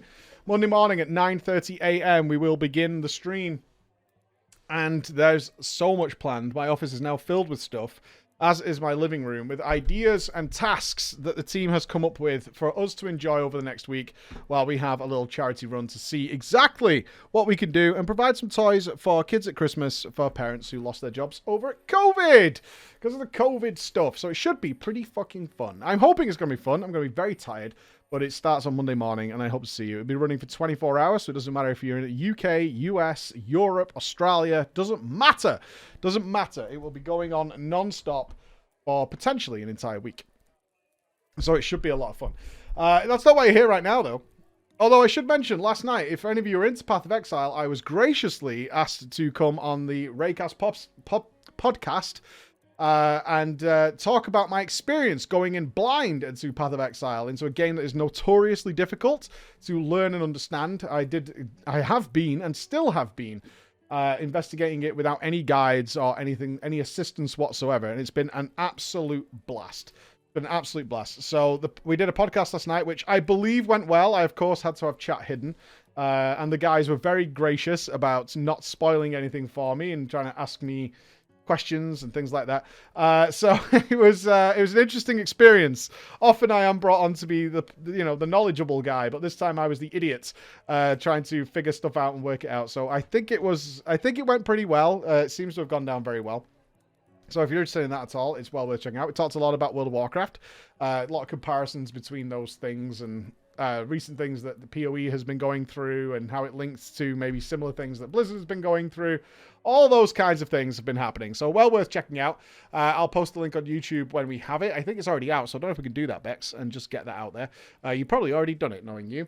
That would be your style. But today, let's have a little bit of fun. We are late, so it will be a slightly shorter drama time, unfortunately. But I do have to go to the hotel and make sure things are good, because as it stands right now, Nups does not have a hotel room. Despite the fact that I've already paid for it, and I have the receipt that I've paid for it. They're not going to check him in, so I have to go and sort that out, which is really fun. Really fun. But you'd probably be a bit pissed if he doesn't have a place to sleep tonight. So I should go and sort that out. And it's the first day of my kids at their brand new school today. So I want to deal with that. So there you go. So let's have some fun. Let's have some fun, shall we? Let's chill out. There will be a drama time next week, but it will... I know that one of the things they want to do is alter drama time in some way, considering everybody's here. So we'll see how that goes. But there will be a drama time next week. It'll just probably be a little weird and a little unusual. I don't know. If anybody has ever been to PreachCon, you'll understand that drama time can get a little bit wild. It can get a little bit strange. So let's have some fun. Story here called 8 Years in the Making. 8 years in the making. Let's see what goes on here. Bex thinks this is one of a story she really enjoyed. So let's see how we have fun with it. Hello, Mikey, and all you lovely viewers. I hope I can tell you a hopefully short tale to bring some smiles to your faces. Today, I offer you not only a story about personal triumph, but also of a shared love for games. I know it may not be as exciting as here as other shenanigans we often do, but I do hope it is worth it and you'll last until the end. All right. Before I begin, let me give you some background. I'm a 21-year-old college student in the United States and a daughter of two of the most wonderful women. Yes, I have two mamas, Lyrica and Dreamstate. Lyrica has always taken an interest in all things nerdy, ranging from TTRPGs, video games, Magic the Gathering, you name it. Arse cracks out, party. Ever since I was young, my siblings and I have always wanted to see all the cool things that she was into, including sneaking off with her old Game Boy Color when she wasn't looking, whenever we could. Game Boy Color, get hype. It was only natural that she was excited to pass that love down to her children and always had something new to show to us. Much to Dreamstate's initial annoyance, but more on that later, okay? Around the age that I could actually start playing video games, I would always pull up a dining room chair to the family computer and watch Lyrica play this awesome game that I had no idea about. At the time, all I saw was these really cool undead things, dragons, demons, big cats, and of course, the most important, people with pink hair. As many of you can guess, it was Vanilla WoW. I was absolutely enthralled. After asking her if I could play who knows how many times, Lyrica finally sat me in the big gaming chair, the official throne of champions, and let me do whatever I wanted. It was no contest for what my first character was to be in my little 5-year-old brain. Oh, you're underage. 5 years old. I made myself a lovely gnome warlock with big pink pigtails and pretty red robes. I mean, I did that at like age 30. In fact, I still have that character in World of Warcraft, Bonebreaker. Bonebreaker is known with little pink hair, pink pigtails. Bonebreaker lives. I loaded in and played about as well as a child my age could. This being running around aimlessly, drowning, trying to swim in the ponds, and wondering why the animals would kill me. Lyrica and Dreamstate saw this as a teachable moment, saying that if I wanted to play the game right, I would have to learn to read, so I could read quests. Holy shit, that's what I did with my kids in Pokemon. They all both wanted to play Pokemon, so I made them learn to read so that they could play. It worked really well, actually. And I had to do whatever the quests said, whatever they were. Alas, it worked, and with a lot of help from them, I was well on my way to learning how to read. Time passed for me. Lyrica and eventually my sister were all enjoying the... You have 4 women in that house? That bathroom is fucked. Oh my god. That bathroom is a nightmare zone. Holy shit, that thing needs to be cordoned off, right? That's a nightmare fuel. 4 ladies, 1 fucking bathroom. No! Hopefully you've got a couple. Time passed, and me and Lyrica and eventually my sister were all enjoying World of Azeroth. Side note, I did not end up keeping the Warlock for long and re-rolled in the Burning Crusade to, you guessed it, a Night Elf Druid, who has remained my main ever since. Around sometime in Wrath of the Lich King, or Burning Crusade, my memory isn't that particularly good, all of our yammering must have finally piqued Dreamstate's interest in gaming. Dreamstate initially didn't have much of a desire to play as she wasn't into all of the things that Lyrica was at the time. However, she gave it a shot and made a gnome rogue. We were all the Pink Pigtail squad. Joined Lyrica's guild and set off on her new adventure. I do not remember much of her first time playing, as at the time my characters were on Lyrica's account, and she was obviously busy teaching her wife how to play. I didn't get to play much with Dreamstate until much later. Wow, you got ousted by your mother. Get wrecked. You got fucking wrecked and replaced by your mum. Nightmare. Cube Mists of Pandaria. I was now a teenager who was starting to become fully invested in this world, both in the lore and in the game itself. I would stay up to unholy hours watching someone called Noble and his videos. Who's that? Reading books that my local library happened to carry. Your library carried World of Warcraft books? Get hypers. And perusing the story forums until 2 a.m. There's a story forum? No way. Is there really? Is there a World of Warcraft forum for the story? Bullshit. WorldofWarcraft.com. Is that accurate? No way. There's a lore forum? Really? Forums. Checking. Where is this? Where is this? Not gonna lie, mate. That was pretty shit. What do they talk about in there? WoW Classic, PvP, guides, gameplay, in development, support... Oh, there it is! It's at the bottom where it belongs. A story forum? There's a story forum? No way. Holy God. Is Arthas a misogynist? Well, it's kind of not surprising what's in there. Fair enough. I'm not sure what I was expecting in there. Is Arthas a misogynist? I have to know. I have to know. I'm too curious now. Not gonna lie, mate. That was pretty shit. The way he treated Sylvanas, is he a misogynist? 100%. The entire Warcraft 3 storyline should be retconned immediately. I find it disgusting that an empowered woman was written to be defeated by a Gary stew of a character, then trapped in the form of undeath against her will. Like, who writes this stuff? How is it acceptable? I can't deal anymore. People are just evil. What's going on? Is that sarcasm? It feels like it. She's also a racist. Yeah, kind of true, actually. Oh, sweet Moses. I can't deal with that. Okay. Well, I mean, that's my evening sorted. That's my evening sorted. I'm going to be reading the story forums. Am I the only one who didn't know that was there? Holy fuck. That's so weird. Okay. It needs a whole video? I don't know, man. I don't know. I'll do my research later and see what's going on. Okay. I would stay up to unholy hours watching Noble and reading story forums until 2 a.m. It was also at this time that I leveled Lyrica's old Draenei Priest because I wanted to play something new, a healer. Oh, you were going with the Resto Druid. After getting her caught up to max level, I tried my hand at healing a dungeon. And my surprise, I was naturally quite good at it. After a few weeks of practicing, I wanted to take it to the big leagues. where all the big players are, the LFR. But I was so nervous. What if I screwed them up? What if I killed all those people? What if someone else dies because I didn't heal them fast enough? Or heaven forbid, what if another player tells me that I'm terrible? But then I remembered. Dreamstate has played before and she raided in the Cataclysm. She has to know how to play. After asking her to run LFR with me, she did. One night after dinner, the two of us grouped up for a wing of Siege of Orgrimmar. It was amazing. I was healing at the top of the meters. I was not dying, and I found something that I loved. We stayed up until 3 a.m. doing LFR over and over. Laughing for almost all of it and having such a fun time. We made it a recurring thing. Oh, you see, this is kind of cute. We made it a recurring thing, and we scheduled our raid night after dinner, where we would just do LFR over and over again. Aw. That's kind of cute, man. It's kind of cute. It sounds like hell, but it's kind of cute. Dreamstate frequently took breaks during Warlords of Draenor, or would play while I was at school. So we never end up grouping together outside of a few times. Even if we weren't playing together per se, I always had fun telling her how to get through content if she needed help. Mostly because she is not a believer in reading quest texts. Agreed. I'm a non-believer. After Warlords of Draenor had come and gone though, Legion was on the horizon, and I was determined to be the best healer possible. I did like the priest, but after healing on my druid for some times in WoD, I wanted that to be my main. After Legion launched, I hit the ground running.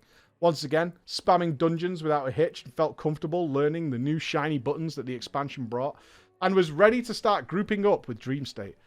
However, it was not long after... Oh no! It was not long after launch that we learned that Dreamstate had developed breast cancer. I did not queue much LFR after that. I was too nervous to step in on my own as a healer. I tried my hand at Mythic Dungeons, but after being berated by DPS in a pug, I quit healing altogether and swapped to Feral for the rest of the expansion. That's the wrong way to go. That's not the right way to go about that. The rest of Legion was fairly uneventful.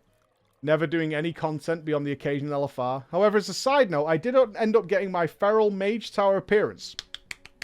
Which one did they have? Which ones did Feral have? Was it that Fire Boulder thing? It was, right? The big... yeah, it was the glowy kitty, but what was the challenge? It was the big fire one, right? The Fury Warrior one? That one. Agatha. Yeah. The Fire Mage and Fury Warrior one. Yeah. The Imp Mother. That was it. Yeah, the Imp Mother. Yeah, I remember that fight taking me 15 or 17 minutes on a Fury Warrior. It was fucking ridiculous. It took forever. I did end up getting my Feral Mage Tower appearance with shitty gear, so I consider that a win. Unfortunately, this mindset continued into the battle for Azeroth, and I was playing less and less to help Dreamstate through a cancer treatment. As the time for me to leave for college came closer and closer, I had to give up World of Warcraft. But then the Shadowlands. I remember watching the cinematic live while I was at work. Afterwards, in frantic excitement, I sent a link to Dreamstate. Lyrica at this time had not played since Warlords due to her work schedule and was feeling a little burnt out on WoW. And we frantically texted each other about how pumped we were to see what was in store for our characters. We waited months, eager for that release. Oh, unfortunately we didn't get to play together. Dreamstate passed away through her cancer in April 2020. Oh, Dreamstate. Sadness. I was hoping they would overcome it. Our thoughts. Always. Terrible news. My excitement for the game was immediately crushed. I was now the only one in my family who still played World of Warcraft. Being out of a guild for some time, I felt too lonely to return. And a side note, my mother's guild were amazing for her passing, and even after disbanding many years before, a lot of the former guild members reached out to my family to see how we were doing. However, even months after losing her, I wasn't ready to let go of the one thing that had kept us all together, and I eventually installed and started resubscribing in December. I didn't know what to expect, but I was blown away by how much the stories had resonated with me. The stories of each afterlife in some way brought me comfort in dealing with her passing. Seeing Aralon's cinematic in-game was a particular one that continues to stick with me. After taking my time to really immerse myself in the new places, learning about the duty of each denizen in the Shadowlands, I eventually hit max level. It was at this time that I finally felt the familiar itch. I want to start healing again. I tried it out on my druid, but gave up after realizing I enjoyed playing feral just that much more. Now, this isn't a dig at ferals, right? This isn't a dig at ferals in any way. But it just says here in parentheses, this isn't me. This is what the authors put. I know feral, but I want to be absolutely clear that I am since switched to playing balance. We weren't going to say anything. Your mother's died. We're not going to pick on you for being feral. The community will do that, right? We were going to be really polite about it and tap in hand and all that. I still wanted to heal though. I still wanted to heal. With that, I re-rolled a dwarf shaman to completely 180 what I knew and loved. A dwarf shaman? You what? What? A dwarf shaman? That's disgusting. At this time, I also finally got my roommate to play with me as well. I was really looking forward to healing with someone again. A dwarf resto shaman? Bro. Ew. After making our characters, we began our journey to max level as quickly as we could. I got back into the groove of healing at the same time he was learning to play, and it was so much fun. Weeks later, as fresh level 60s, we decided that we were going to move to endgame World of Warcraft. I knew I didn't want to heal raids because of my awful class schedule, so I faced my fears and entered Mythic Plus. It was only a +2, but I healed my ass off, and it reignited my love, and I realised just how much I missed it. We kept grouping up again and again and again, determined to see our Raided.io score climb. After participating in my first Mythic Plus season, I am happy to say that I achieved Keystone Master for the first time ever, in the only season of Mythic Plus I've ever participated in. I had gone from an anxious LFR-only healer to one that isn't afraid to try anything new or even difficult. Not to get too sappy on you all, but normally this is something Dreamstate and I would whisper back and forth about. Imagine being a Keystone Master. Imagine being able to tackle that kind of content. So I am so happy to share this news with you all, however small it may be. Oh, don't worry, we reach a lot of ears. I'm also happy to say that Lyrica, as well as my two siblings, have started playing WoW again. And we now have an entire M+ team. My youngest brother has actually started playing on Dreamstate's account, keeping some part of her alive from him to have. While Dreamstate may no longer be with us, our shared love for World of Warcraft keeps us all connected and has let me give my siblings the same experience that I had with her not so long ago. Thank you all very much for listening to this little story. I hope this story of a too nervous healer, 8 years until reaching godhood in the making, has brought at least some of you some smiles. Smiles a little bit, but more Family Mythic... I've got to be honest, Family Mythic Plus sounds like hell. I want no part of that. Absolutely no part of that. At all. I don't want it whatsoever. That sounds terrible. But, I mean, all families are different. My brother is an avid gamer, and my nephews are avid gamers, but I want nothing to do at all with Family Mythic Plus. That sounds horrendous. If my mum ninja pulled, I'd be calling her all kinds of shit. That's all I'm saying. I would just be raging. Raging.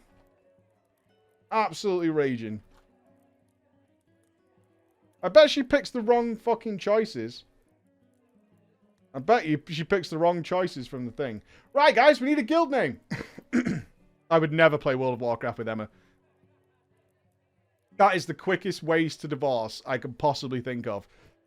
That is instantaneous. That is straight to divorce. Alright, we'll go with Family Raiders. I like that. The Family Raiders.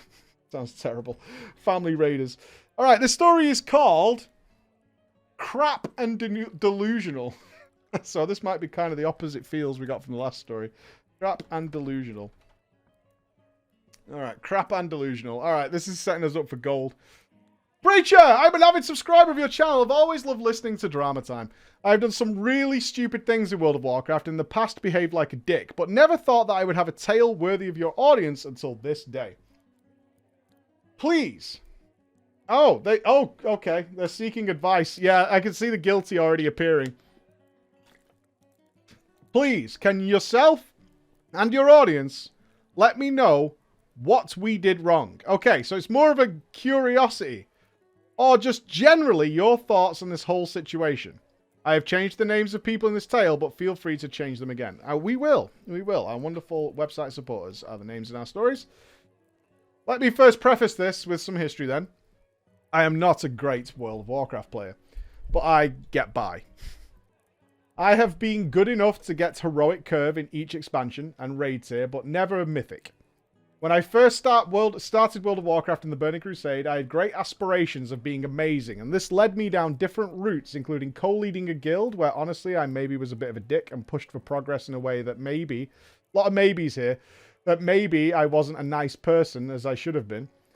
This also goes for my friend, who is the guild leader and whom I have been playing all manner of games, including MMOs with, for over 25 years, and his name is Zinc. In World of Warcraft, we tend to stick together in the same guilds and help each other through M+ and raids. As we have both matured, we have softened as we no longer push for hardcore raiding, and we are happy just to get our heroic curve and be casual raiders. Same. Same. This tale starts with us both joining a friend's guild on a roleplay realm. The guild we joined was called the Family Raiders, and they called themselves a casual, friendly raiding guild. We joined... Why would you join? We joined them in Battle for Azeroth after going through many different guilds, and we obtained curve with them. Although I feel it was towards the latter end of the expansion. My friend Zinc always felt that the guild was carrying too many people who just didn't care to do some of the basics. Mythic dungeons, a little bit of learning about their class. That we were only getting kills because of 5 or 6 good players who were doing more than they reasonably needed to in heroic raids. Our guild leader was an older guy called Big Boy, who was always more interested in achievement farming than raiding, but still attended the raids on his mage. Sorry, I forgot to mention that my character is a cloth DPS and my friend Zinc is a hunter. The raids are led by a healer called Kritten and her partner who is the head tank called Taran. Everyone's very interlinked. I always loved watching your stream, Preach, where you conclude that to avoid the elitism of pugs that we should be in a great guild. True. With this guild, it doesn't matter if you type in guild chat or ask in comms. If you're not an officer or in one of the many cliques, then you do not get invited to any groups of dungeons or gearing, and so it always ended up with being Zinc, me, and another friend called Luo. All 3 of us played DPS. So we ended up doing all our Mythic plus keys with pug tanks and healers. Why are you staying in the guild then? That's where I get confused. You're pugging every tank and healer for all your dungeons? Why? Why? Move. I was getting fed up with the clicks and the lack of caring in the raids and decided it is my subscription, it is my $10, I have to do what is right for me, and come Shadowlands, I will make a bold decision whether I stay or whether I go. I spoke about my thoughts with Zinc and Luo, who both felt like they would prefer to stay as things weren't terrible, and other guilds aren't always better. I decided on Shadowlands launch to rush to cap as quickly as possible so that I could gear up and be ready for our very first raid. Launch night, I had time off work and lots of energy drinks. Being in the UK, it was a late launch, but I was ready, and so was Zinc. We rolled out great on the launch. We rushed through Bastion, although now as we were also grouped with Luo, he was slowing us down as he kept on being killed by Horde players and then whining about it. We only managed to get to level 56 by 4 AM when we were too tired to continue. Being over 30 years old, I don't seem to have the aptitude to stay up as late as I used to. Anyway, we planned to reconvene the next day about lunchtime and finish capping, which we did. Imagine not capping on the first night. During our leveling, another guildie asked Kritten what they should do or prioritize as a guild, to which Kitten replied, "Oh, just do whatever. We're not in any rush."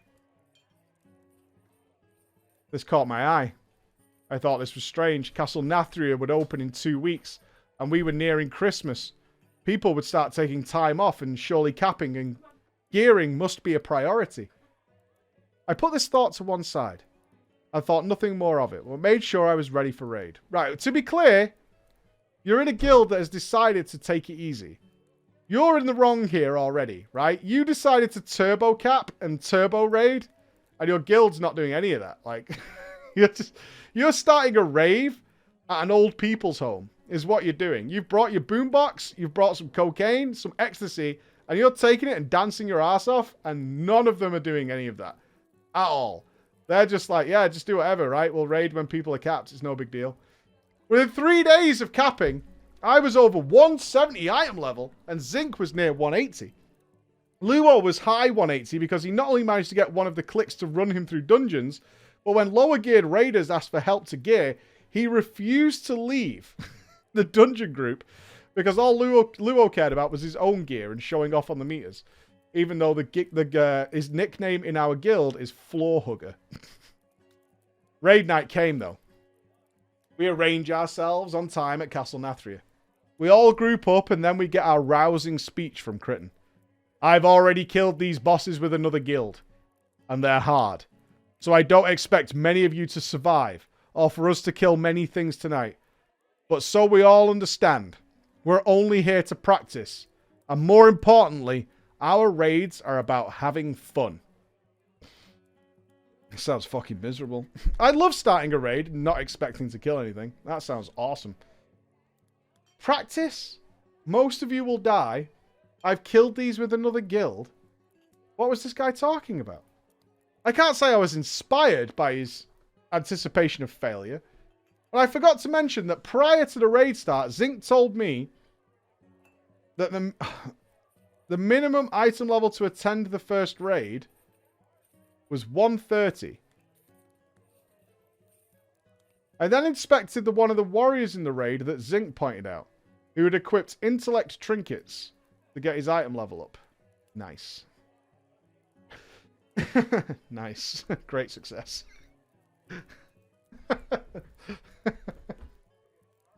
We got to the first boss. I've watched the video already and knew what to do. Boss is super easy. But I don't think anybody else had watched the video. Kritten, who had killed the boss already with another guild, didn't know what was going on, and explained the tactics very badly. It became very apparent that he had just DPS'd it while everyone else did the mechanics. So after we had gone through all the tactics, 1 hour, and 3 attempts at Shriekwing. He did 3 attempts on Shriekwing in an hour. And all of our pulls are miserable. How do you wipe on Shriekwing? What? How is that possible to wipe so hard on Shriekwing? Normal mode. Most of the raid refused to move for echolocation. They didn't hide behind the pillars. And our entire room was a crimson mess. Kritten kept on getting killed by deadly descent, and after each wipe explaining, I don't know why I keep dying when you get hit by echolocation. You get horrified. I wasn't horrified, so I shouldn't have got hit by it. Then claiming that some of the rings must be bugged and be invisible.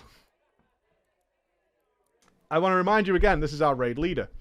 Not understanding what was actually happening. There was other people hitting echolocation and triggering deadly descent, and Kritten was walking into it. After 3 wipes, we decided, let's have a 10-minute break. Upon return, Kritten then realized her error, and we had to sit through a 30-minute, and I stress this, 30-minute apology, which included her blaming the game a bit, rather than accepting she was wrong, then moving on. Our first attempt after, though, guys, we killed Shriekwing.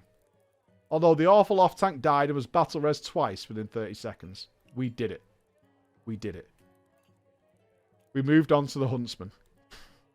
A few people, by the way, decided to call it after Shriekwing because it was too tiring. 1 hour of raiding. I'm pooped. Sorry, guys.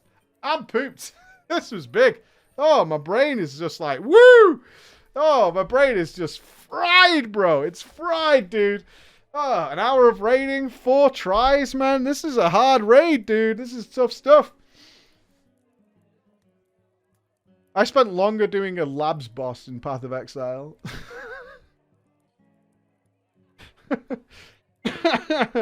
Huntsman was awful. No standout moments like Shriek-Wings. It was just awful. After this was done, I wanted to move to another friend's guild. It was a mythic raiding guild that was using 2 mythic raid teams. I could raid in their social raids and get more progress than this. Especially promising as they had killed 5 bosses on their first night on normal and we had killed Shriek-Wing. I didn't want to cause drama. So rather than pull my main and cause issues with Big Boy, I made myself a brand new character of the same class as my main in the Family Raiders. In the meantime, I decided to attend the second raid. In the meantime, while I was leveling, I decided to attend the second raid of the Family Raiders to see if anything improved. Had people gone and researched? Had they got more gear? Had they done all these wonderful things that could have helped us out with progress? It was 4 days later, after all. Perhaps they'd learned something. We killed Huntsman and Hungering Destroyer. A few wipes in, and again, the same people carrying the entire guild while others were unable to spread with Expunge, etc., etc. And Expunge is important to note because Crichton didn't know what the spell was called, despite Zinc telling us several times it was called Expunge. And Crichton, the healer, did not know that Expunge circles reduces in size when players are healed. After a few wipes, we decided we needed a break. 10-minute break was called. We returned, but of course the DPS had not returned. They decided they were pooped again. And so Zinc just said, we should remove them from our next attempt as they're adding to the boss's health. Oh, they're still in the raid, but they're AFK. We should kick them out of the raid for the next attempt as they're adding to the boss's HP, and we would need to do extra DPS for these AFK people. Big Boy, the guild master, pipes up. It is against guild policy to kick people from raids. Apparently, even if they're AFK. That's not how we do things around here. That's not how we do it.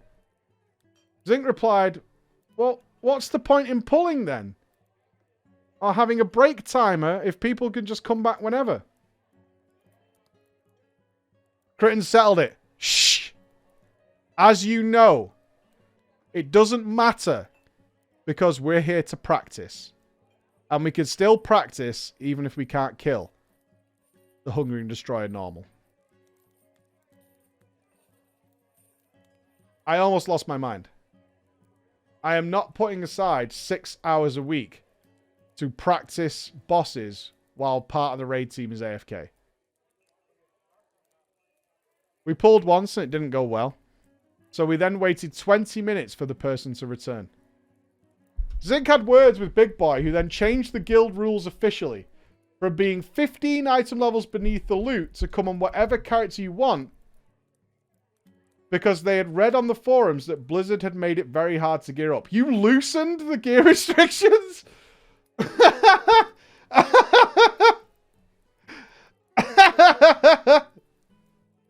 That's the problem. Blizzard's making it too hard to gear up. We need to loosen these restrictions, man. Oh, wow. I do agree, though. It is Blizzard's fault that you won't get any gear if you're a lazy twat. And don't do Mythic Pluses or do any single preparation for the raid. It's absolutely Blizzard's fault that if you don't play the game, you don't get any stuff. True. FYI, on my newly capped character, I went from 150 item level to 177 within 24 hours of capping. There was also some raid rules. Oh, God. There were also some raid rules which said things to the effect of you are not allowed to question officers' decisions, and you are not allowed to question the raid-leading tactics that we use as a guild. Other guilds may use different tactics, but we choose strategies that are great for us. Oh my God, my soul. The narcissism on it. After that miserable attempt, I decided I would not be attending, of course, any more of these raids. Zinc, though, kind of found it funny. Of course he did. There's always one. I think this is kind of funny. So Zinc has written a report for us of the last raid night. Okay. Okay. A conversation took place prior to the raid between Zinc and the GM Big Boy. It was regarding people not following the rules, and then the rules being changed to suit the officers.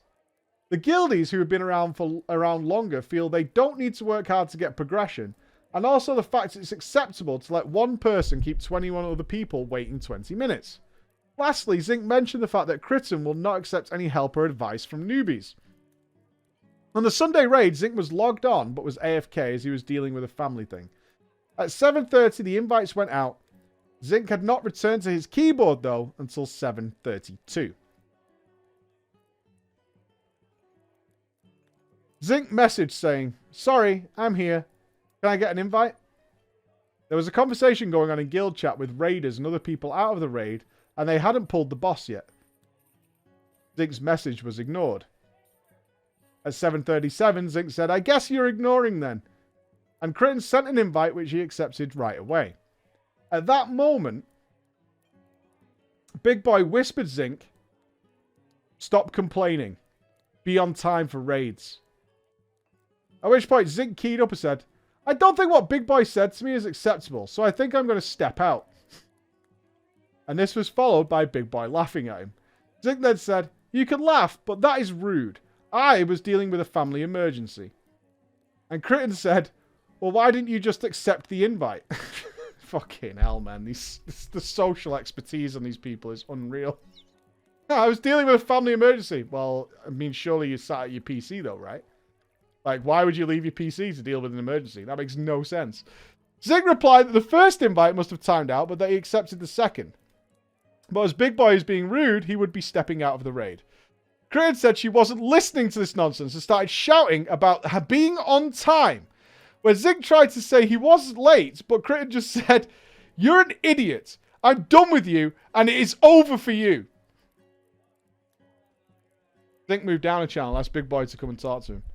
Big Boy did, and Zinc asked if it was acceptable for Crichton to talk to him like that. Isn't that rude? Isn't that against the rules? But Big Boy said, "No.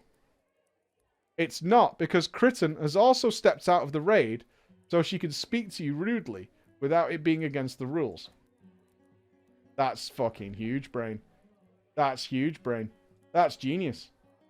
That's actually incredibly genius. That's so smart. All you do is you leave the raid, and you're no longer breaking the rules. And then you ask for an invite, and you come back. So, we can get... This is genius, man. Zinc said, "I'm happy to raid, but I will not be spoken to rudely. It's against the rules." Upon Crichton's return, Zinc was invited back to the raid, no issues, and told he would be allowed back in, but with the condition that he had to mute his microphone while raiding. Hungering Destroyer, eh? Hard to imagine. Hard to imagine how you had all these issues on Hungering Destroyer. Really is hard to imagine. I mean, everything's running like a well-oiled machine, right? I mean, this is like the Industrial Revolution going on over here. Leave behind the horse and cart. We've got it going on. After 3 pulls and wipes, Zinc noticed that he was spending a lot of time using defensive cooldowns and wasn't being healed to full when everyone else was being topped off. By looking at details, it was very apparent that Crichton was not healing him. Classic. Classic. Rather than say something, Zinc then wanted to leave the raid again. Zinc says he was doing very good DPS, following the tactics and surviving until a wipe is called. After finishing, Zinc went on the logs to check. Crichton did 0 direct heals on him for 4 pulls. Zinc says he only had a small procs as Crichton has smart heals, so he can't stop them. As she was ignoring him, making it meant he had to pull back on DPS just to keep healing himself. Good fun. We're all working towards a common goal, team.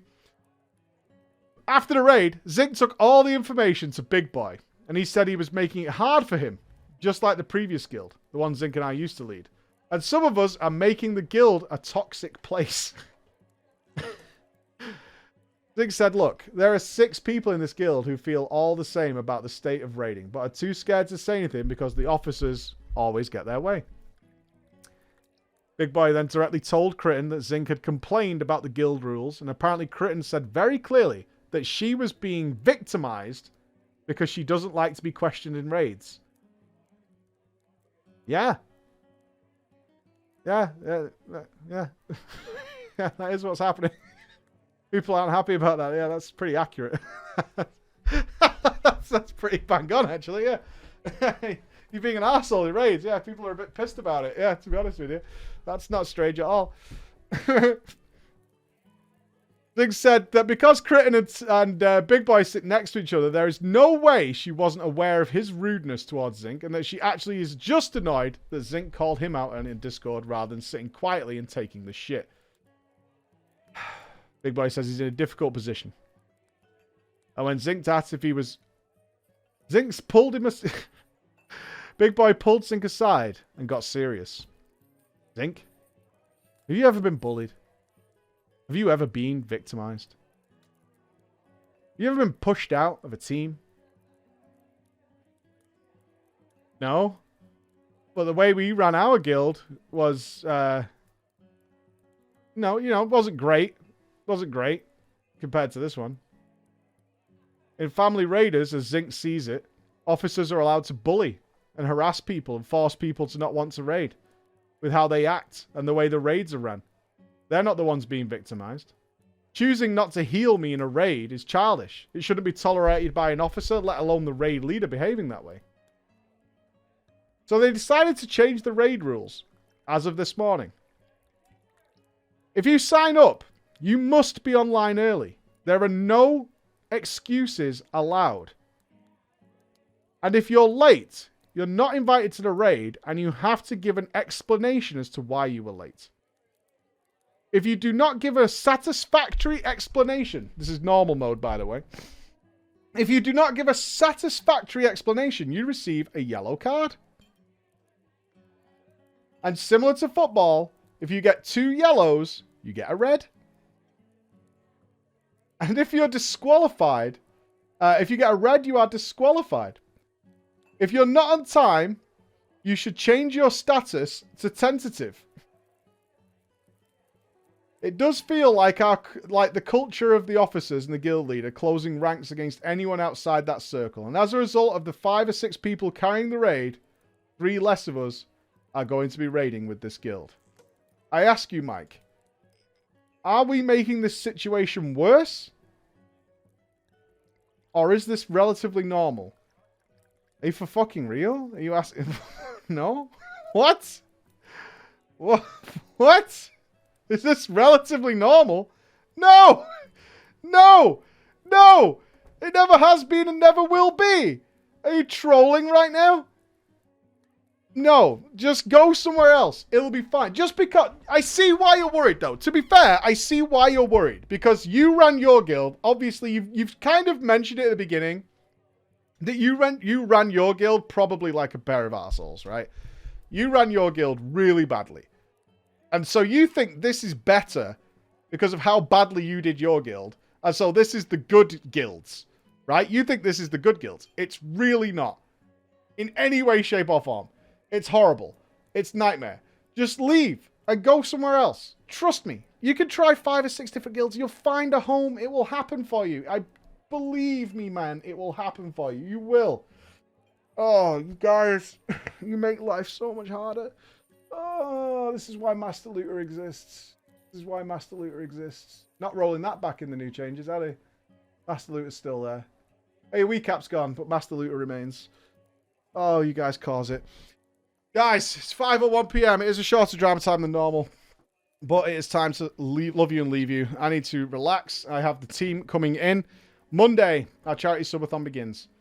It's happening. It's going to be a busy weekend for us as we prepare everything. It's going to be good. It's going to be awesome. It should be a lot of fun. Next drama time is going to be something different. The guys have something planned for next week. Next week's drama time. It should be good. So I hope to see you there. I hope it's going to be good. Have a great weekend. And I can't wait for next week. I'm going to be tired. So I'll see you then. Bye, guys. I think my family's home. Yay.